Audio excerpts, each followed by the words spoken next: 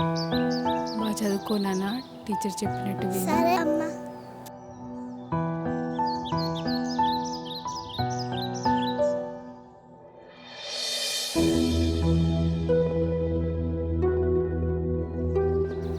Teacher. నన్ను క్షమించండి అమ్మా. అమ్మో టీచర్, మీరు క్షమాపణ అడగడం ఏమిటి? లేదమ్మా, ఆ రోజు నా మాటలతో మిమ్మల్ని చాలా బాధ పెట్టాను.